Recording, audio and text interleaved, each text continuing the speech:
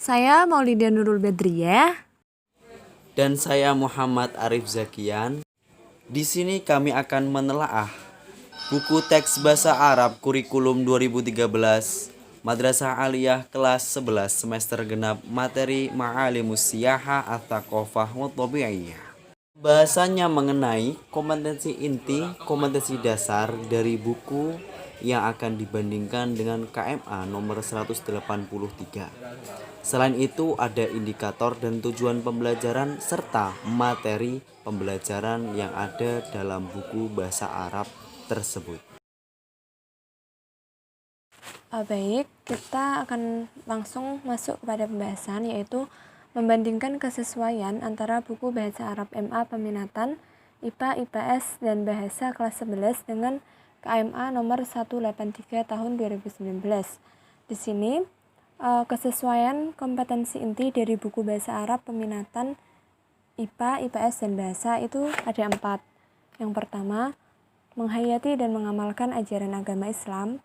Yang kedua, menghayati dan mengamalkan perilaku jujur dan disiplin, tanggung jawab, peduli, yaitu gotong royong, kerjasama, toleran, damai, santun, responsif, dan proaktif, dan menunjukkan sikap sebagai bagian dari solusi atas berbagai permasalahan dalam berinteraksi secara efektif dengan lingkungan sosial dan alam, serta dalam menempatkan diri sebagai cerminan bangsa dalam pergaulan. Yang ketiga, memahami, menerapkan, menganalisis pengetahuan faktual, konseptual, prosedural, berdasarkan rasa ingin tahuannya tentang ilmu pengetahuan, teknologi, seni, budaya, dan humaniora dengan wawasan kemanusiaan, kebangsaan, kenegaraan, dan peradaban terkait penyebab fenomena dan kejadian, serta menerapkan pengetahuan prosedural pada bidang kajian yang spesifik sesuai dengan bakat dan minatnya untuk memecahkan. Yang keempat, mengolah, menalar, dan menyaji dalam ranah konkret dan ranah abstrak terkait dengan pengembangan dari yang dipelajarinya di sekolah secara mandiri dan mampu menggunakan metode sesuai kaidah. Kompetensi dasar dari buku bahasa Arab kelas 11 tersebut sudah sesuai dengan KMA nomor 183 tahun 2019 yang berupa 1. Meyakini bahwa bahasa Arab merupakan bahasa pengantar memahami ajaran Islam. Yang kedua, mengamalkan kemampuan berbahasa untuk hal-hal baik sebagai wujud syukur atas anugerah Allah Subhanahu wa taala. Yang ketiga, menyadari bahwa bahasa Arab merupakan anugerah Allah sebagai alat komunikasi. Yang keempat, menghayati bahasa Arab sebagai anugerah Allah untuk mengkaji hasanah keislaman. Yang kelima, mensyukuri kesempatan dapat mempelajari bahasa Arab sebagai bahasa pengantar komunikasi internasional yang diwujudkan dalam semangat belajar. Yang keenam, menghargai bahwa bahasa Arab adalah bahasa yang digunakan oleh ulama terdahulu. Kompetensi dasar dari buku bahasa Arab kelas 11 tersebut sudah sesuai dengan KMA nomor 183 tahun 2019 yang berupa 1. Meyakini bahwa bahasa Arab merupakan bahasa pengantar memahami ajaran Islam. Yang kedua, mengamalkan kemampuan berbahasa untuk hal-hal baik sebagai wujud syukur atas anugerah Allah Subhanahu wa taala. Yang ketiga, menyadari bahwa bahasa Arab merupakan anugerah Allah sebagai alat komunikasi. Yang keempat, menghayati bahasa Arab sebagai anugerah Allah untuk mengkaji hasanah keislaman. Yang kelima, mensyukuri kesempatan dapat mempelajari bahasa Arab sebagai bahasa pengantar komunikasi internasional yang diwujudkan dalam semangat belajar. Yang keenam, menghargai bahwa bahasa Arab adalah bahasa yang digunakan oleh ulama terdahulu.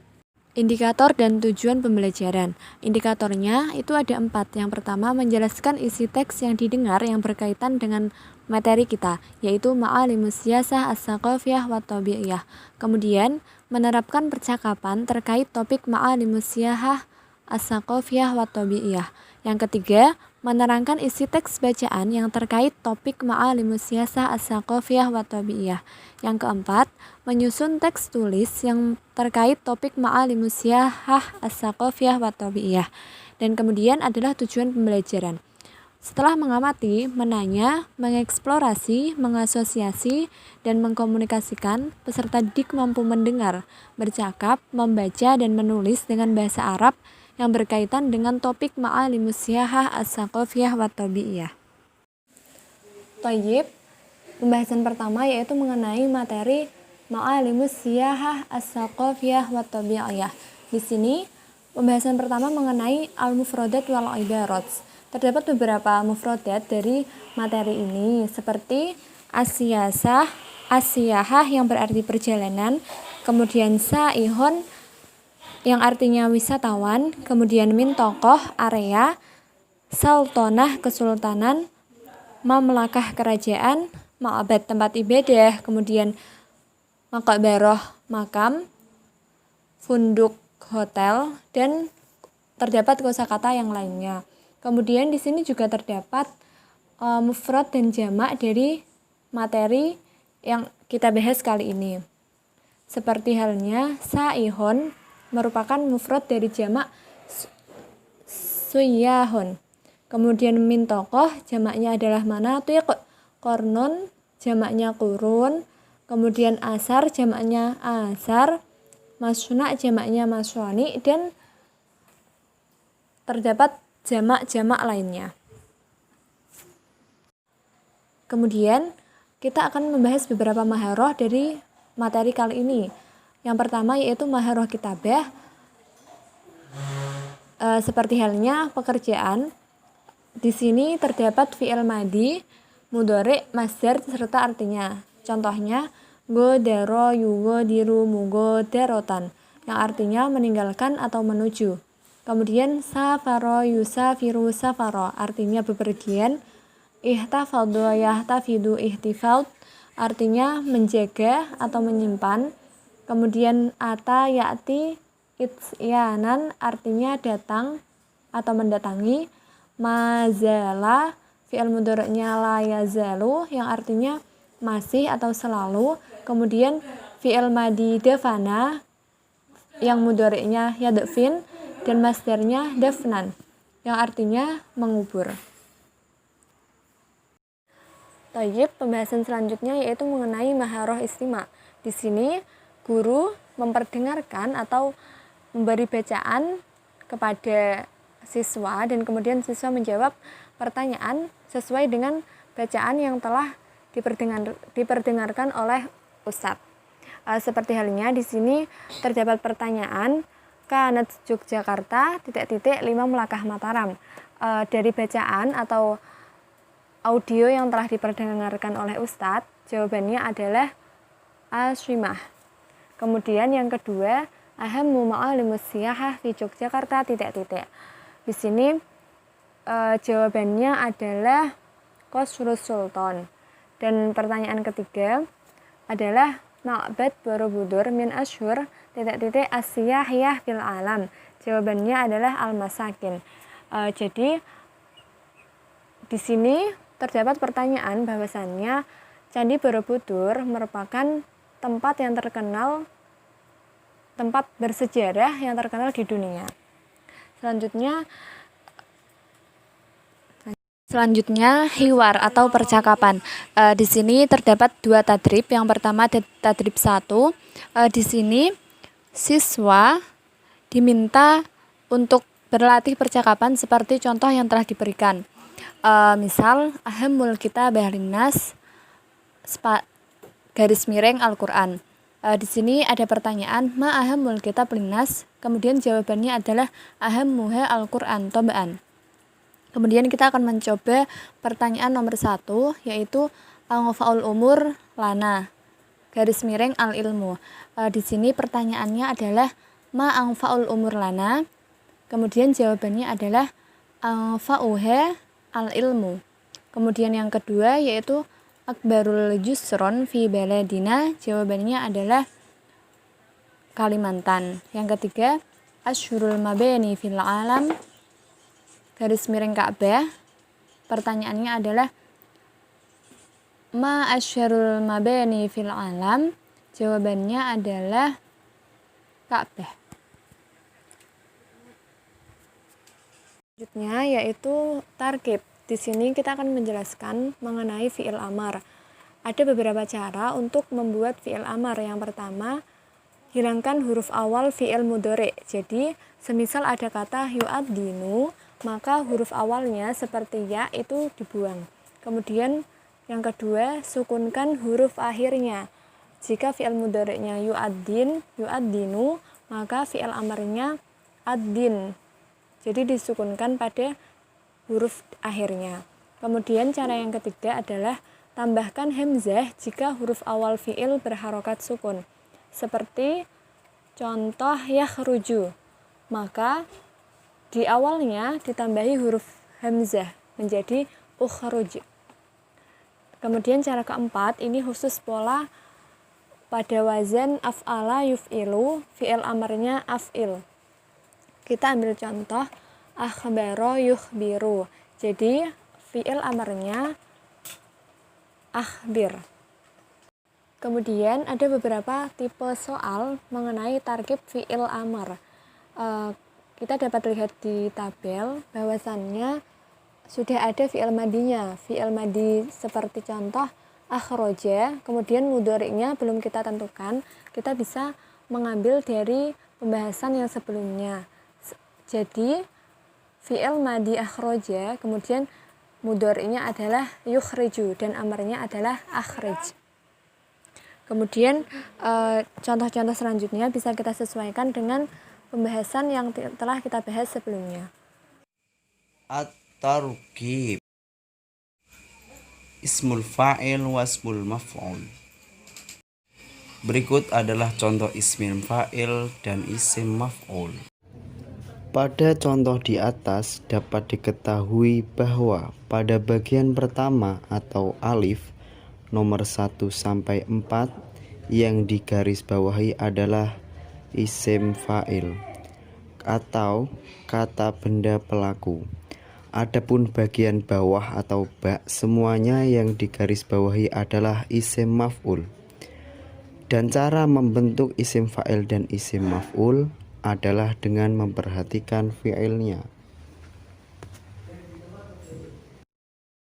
Isim fa'il dan isim maf'ul dari fi'il tsulats mujarrad. Bentuk isim fa'il dari fi'il tsulats mujarrad mengikuti pola fa'ilun dan isim maf'ulnya mengikuti pola maf'ulun.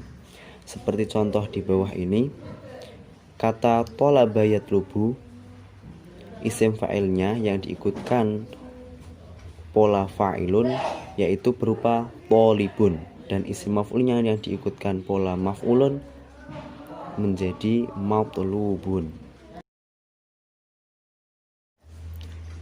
Isim fa'il dan isim maf'ul dari fi'il tsulats mazid. Bentuk isim fa'il dari fi'il tsulats mazid mengikuti pola sama dengan fi'il mudhari'nya, namun huruf awalnya atau huruf mudhari'ahnya dihilangkan, kemudian diganti dengan mim yang dibaca dhammah dan huruf sebelum akhir dikasroh. Sedangkan isim maf'ulnya mengikuti pola yang sama dengan isim fa'il tadi, hanya saja huruf sebelum akhir dibaca fathah. Seperti contoh kata darrosa yudarrisu, fi'il tsulats mazid biharfin. Isim fa'ilnya berupa kata mudarrisun yang terbentuk dari fi'il mudhari' yudarris dan ya-nya yang berupa huruf mudhari'ah diganti dengan mim dan huruf sebelum akhir dibaca kasroh. Adapun contoh isim maf'ulnya sama dengan bentuk isim fa'il yang tadi, akan tetapi huruf sebelum akhirnya dibaca fathah. Dilihat dari segi arti, isim fa'il mempunyai arti yang sama dengan kata kerja aktif, sedangkan isim maf'ul sama dengan kata kerja pasif. Latihan 1. Siswa disuruh menentukan isim fa'il dan isim maf'ul sesuai dengan kata atau kalimah yang disediakan dalam tabel. Yang pertama adalah kataba yaktubu. Isim fa'ilnya diikutkan pola fa'ilun menjadi katibun, dan isim maf'ulnya diikutkan pola maf'ulun menjadi maktubun, dan seterusnya. Latihan 2. Siswa disuruh menyebutkan kata mana yang termasuk isim fa'il atau isim maf'ul pada kata yang digaris bawahi. Soal yang terdapat dalam buku ini tidak terdapat kata yang digaris bawahi. Seharusnya ada kata yang digaris bawahi. Seperti pada nomor 1, setelah titik ada kata al-mahfudu. Itu termasuk kalimat isim berbentuk isim fa'il atau isim maf'ul. Jawabnya tentu isim maf'ul karena diikutkan pola maf'ulun. Al-qiraah. Di dalam buku terdapat teks bacaan deskriptif yang menjelaskan mengenai Yogyakarta dan Toraja. Dan yang saya tampilkan di sini adalah teks bacaan deskriptif tentang Yogyakarta.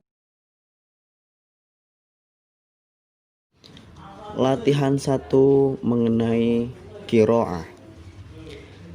Di buku terdapat contoh latihan di mana siswa disuruh memilih benar atau salah, sahih atau khoto, dan siswa disuruh membenarkan teks tersebut atau soal tersebut sesuai dengan teks bacaan yang telah dicantumkan sebelumnya. Latihan 2. Dalam buku, dalam latihan 2 ini siswa disuruh menjawab soal-soal berikut sesuai dengan teks bacaan. Nomor 1, ma'asimah Indonesia al-an, dan seterusnya. Al-kitabah. Pada kitabah terdapat contoh soal atau latihan di mana siswa disuruh merubah beberapa jumlah berikut sesuai atau menggunakan gramatikal berupa fi'il amar seperti materi yang dijelaskan di awal.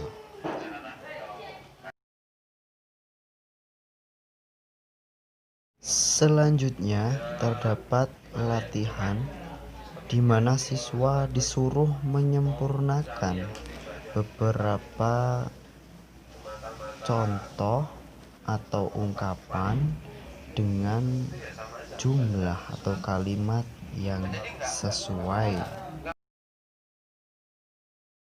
Sekian dan terima kasih.